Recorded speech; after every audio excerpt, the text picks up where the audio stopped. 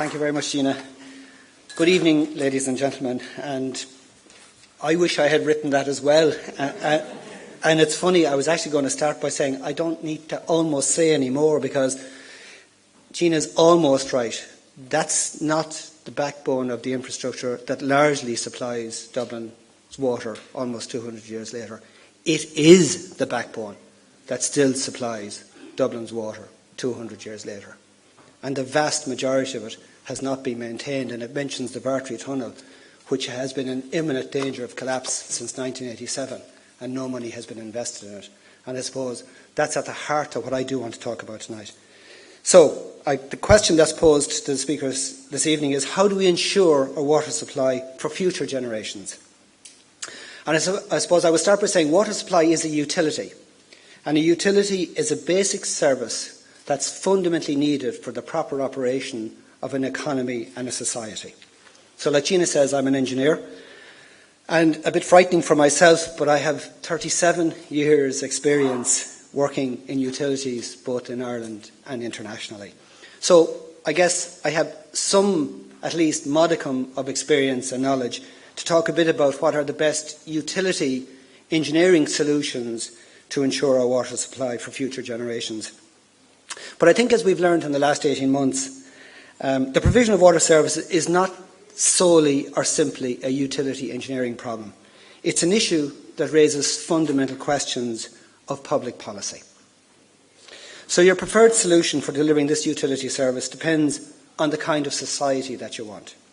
And there are big questions here about what products and services are seen in our society simply as goods that we can buy and sell and we pay for as we use, and which services are seen as human rights and therefore simply not to be traded in the marketplace.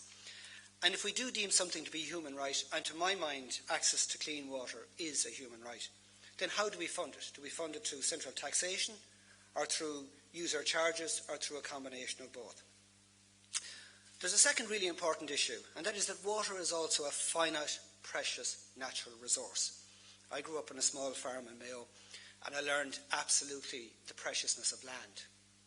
And when I grew up, everyone said to me, Michael, they're not making any more land. But we're not making any more water either. The total volume of water on this planet is fixed and exists in our oceans, in our lakes, in our rivers, and in the frozen ice caps, which are now unfortunately less frozen at our polar regions. So, how do we fund this utility service? And how do we act responsibly in its use for today and future generations? These, to my mind, are questions of national policy. And it's for politicians to put forward their policy positions and for them to persuade the public to buy into those policy positions and to get support for that view. I am not a politician. As I'm reminded, I couldn't be a politician. I don't think I have the energy that these guys have. My job and my experience and my background and my responsibility is to run utilities and to run them well. And in the case of my job today, my responsibility is to run two national strategic infrastructure utilities, to run them well and to run them in line with government policy that is set by politicians. So I'm sure a lot of the other panellists this evening will talk about the political side of this and their views on government policy. I don't work for the government. I'm not a government representative, and I'm not here to speak for the government. I'm not here to either defend them or criticise them. I am here and will answer for Ervia and what we've done in terms of running the utilities, both our gas utility and our water utility. So while I've said I'm not a politician and I'm not into policy, I'd like to say maybe a couple of things at the outset on policy issues that are at stake here before I move on to matters that I do know a little bit about in terms of the engineering side of it. And I guess until recently, we had a different approach to the payment of our water services than any other country in the OECD. In every other OECD country, without exception, water services are paid for partly by funding through the public purse and partly by water charges levied on businesses and households for their use. Nobody in the other OECD countries objects to those payments. They accept it as a normal part of what they do. And even in Greece, where they have tremendous issues, they pay for their water services. So it is the norm for a modern society that you pay for your use as well as get support for an essential basic human need in terms of water services through the Exchequer. So we've not introduced something that's unusual or out of sync or out of step here in Ireland. However, it has to be recognised that the timing of the move to the introduction of water charges in Ireland was an issue, coming at a time of incredible austerity. It was easy to depict water charges as a byproduct of austerity and another tax imposed on a weary population. And absolutely, without doubt, people in this country have had to put up with an incredible duress in the last 8 years. And they've had to carry an incredible burden. And this burden, another burden on top of it, was not anything that anybody wanted to have. Unfortunately, in my view, bigger, broader policy, national issues did get caught up in that. And with hindsight, I think more could have been done to make the case for payment and the model that was being used, and to explain that we weren't asking people to pay it twice, and that the money that was being paid in water charges was needed to fix the infrastructure. In Ervia, and I'm responsible for the parent company that has responsibility for the operation of Irish Water, we came up short as well. We could have been clearer about how unfit the water infrastructure is, how much was needed to be done to fix that infrastructure, and the scale of the investment that was needed to do that. We could have explained much better how we set up Irish Water in the first place, how we took some of the greatest young Irish talent, coupled it with some of the best international expertise, and built a new, modern Irish utility from scratch in 18 months, at less than half the cost of the international benchmarks. Instead of that, it has been characterised as lavish spending on consultants. In a similar vein, we built a new modern utility. We put a competitive performance pay model in place that was driven by productivity and performance, and we've ended up with it being described as a bonus culture. I strongly reject both of those assertions, and it's something that I would passionately talk and discuss on any forum on any given day, but it's not the topic I was asked to talk about today. So perhaps on another day, in another forum, I would certainly gladly welcome the opportunity to do that. However, we have to accept that our failure to explain these things properly contributed to a broader failure to build a consensus around the need for a transformation of our water and wastewater services, and to need to have this challenge addressed by a single national utility.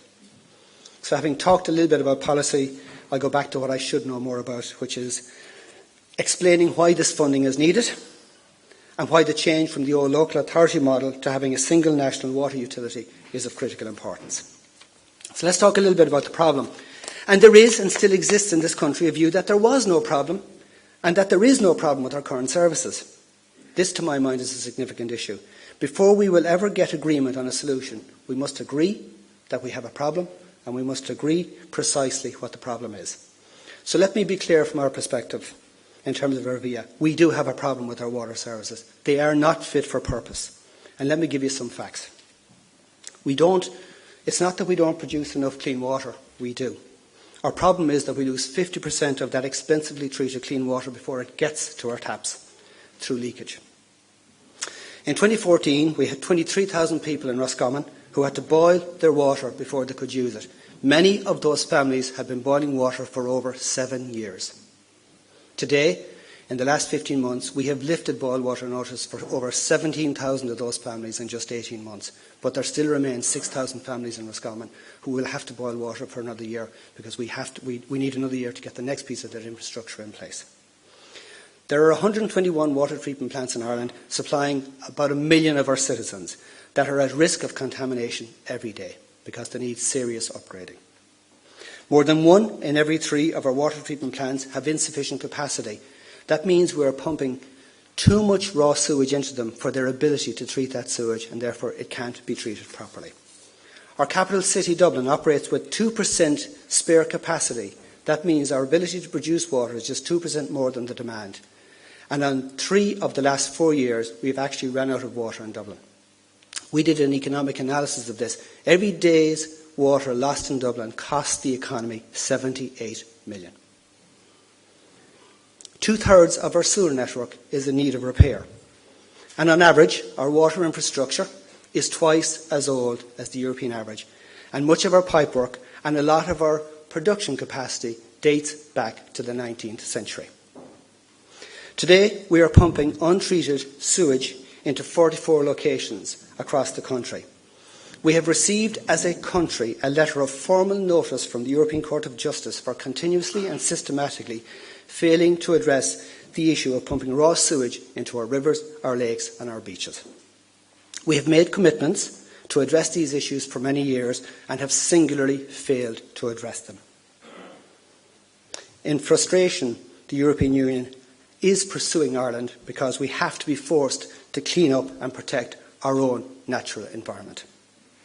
Our utility engineers have gone to Europe in the last 18 months to seek to address this issue and put forward a cogent plan that we can agree with them to show them how it can be addressed. We have been very clear that we cannot deliver on the previous plans that were put forward by Ireland. They are too expensive in our view, and we can't deliver what's been promised in the timescale. But we have put forward a realistic engineering plan that we believe will address these issues sensibly, economically, and in a time frame that's acceptable. And we're very committed to delivering this plan. That's provided we're still around after the next election, I should say. Our water services delivery model is too expensive.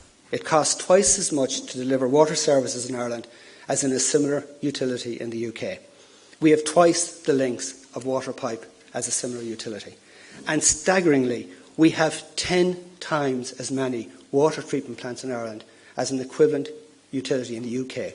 We have 856 water treatment plants to provide the water services in this country. The average in the UK utilities is 86. So all of this costs a lot more money than it should, and this is a direct result of delivering water services in a dispersed way through 31 different local authorities. It's not that they're inefficient, it's just a simple lack of economies of scale where you're focused on a small geography and looking at putting the infrastructure in a small confined space rather than looking at it as a national issue. It makes no sense in a country the size of Ireland, with a population the size of Manchester, to have 31 different agencies delivering this kind of infrastructure and services. Our water services and infrastructure are not fit for purpose. They suffer from decades of underinvestment and a lack of a utility approach to planning, operating and maintaining this infrastructure. And there are no quick fixes. It is going to take us years to address this issue, and it requires a multi-billion euro investment programme. I believe it makes most sense to have a single national utility responsible for addressing that challenge. With a single utility, you get a national view on what is needed and how to deliver it efficiently. It provides economy of scale and allows us to reduce much of the duplication and additional costs of a 31 local authority operating model. Since taking over responsibility for water services, at Ervia we've worked with the engineering team within Irish Water to put together a 7-year plan to address the critical challenges that we face as a country.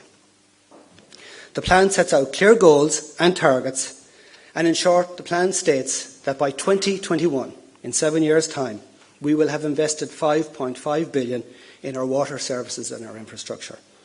We will eliminate all boil water notices in the country. We will ensure that no wastewater will be discharged without treatment into our waters, our lakes and our beaches again. We will reduce leakage from 50% to 38%. And in the UK, after 20 years, they've managed to reduce leakage to 22%. So the target is not zero, it's not economically viable. But we will bring it down to 38% by 2021. We will improve the water supply capacity for every major urban area so that it meets international best standards in terms of headroom capacity, which is of the order of 15%, not 2% as it is in Dublin. We will, by 2021, have upgraded the 121 water treatment plants that serve over 1 million of our citizens, and we will remove the risk of contamination from their water supply. And we will eliminate the lead services for over 100,000 of our citizens. And in doing all that, we've made a commitment that we will reduce the energy that we use in delivering those water services by 33%. This plan is extremely ambitious and seeks to do in 7 years what many UK utilities have taken over 20 years to do.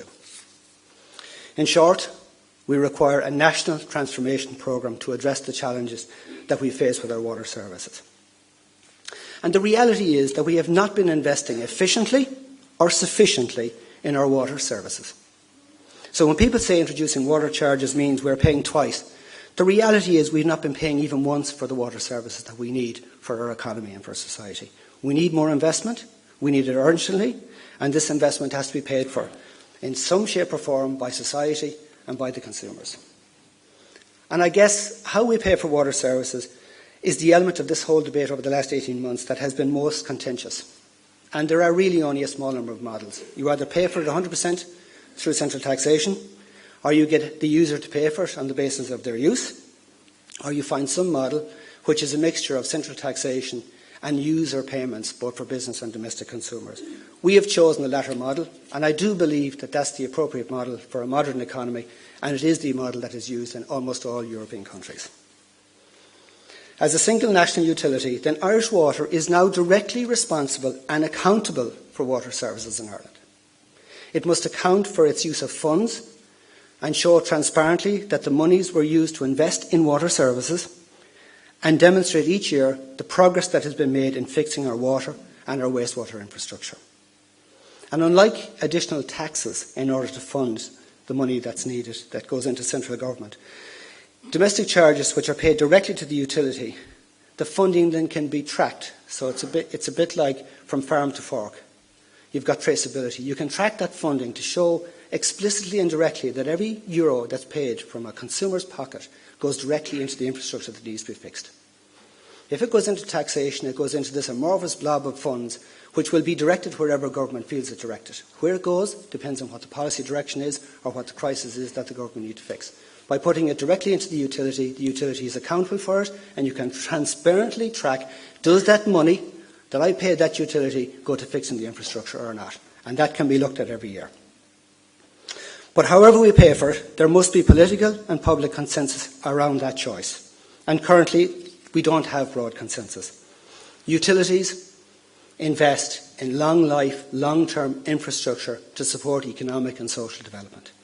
And to do that, you have to have certainty of funding to make those long-term plans. And it is this lack of clarity that has bedeviled the local government model of funding for water services in the past. The on-off decision-making on exchequer funding makes it impossible to plan with confidence your long-term infrastructure. And that's critical to any utility, and particularly critical to fixing our national water infrastructure. So at Ervia, we are very clear what the engineering and utility solutions are that are needed to fix the water services.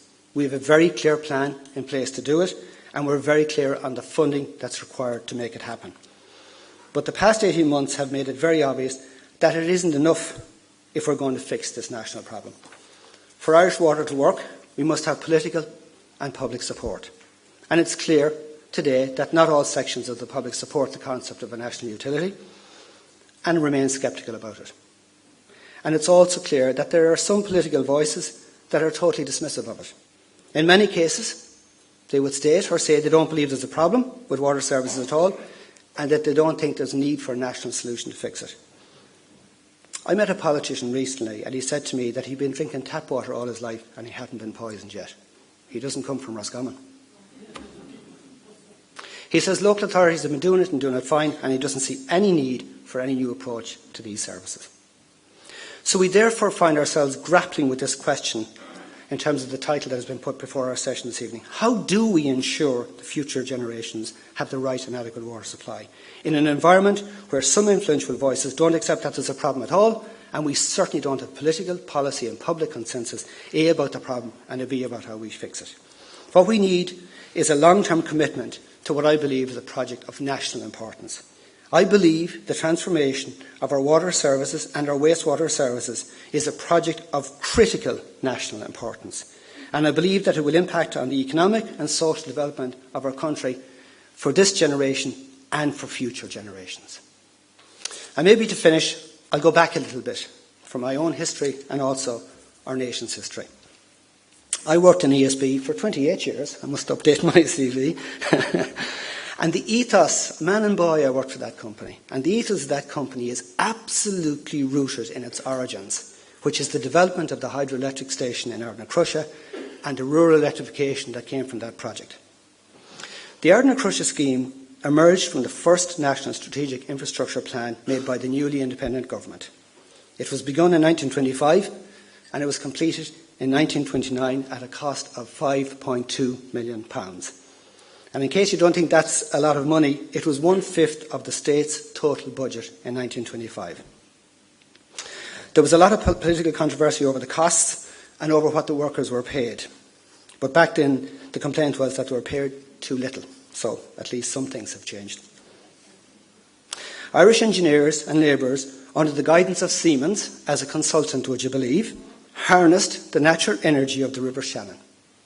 This project was fundamental to Ireland emerging as a modern society and a modern economy. When it was opened in 1929, the electricity that power plant generated travelled over the new network of high-tension power lines to all households all across the country, some of which were switching on the electric lights, irons and cookers and other modern devices for the first time. It brought the light. I grew up with this, with people who did this rural electrification, and they talked to me about bringing the light. It brought the light to rural Ireland, and it fundamentally changed their lives. Because it allowed young people, when they had finished milking cows and doing the chores they did, to come in and study.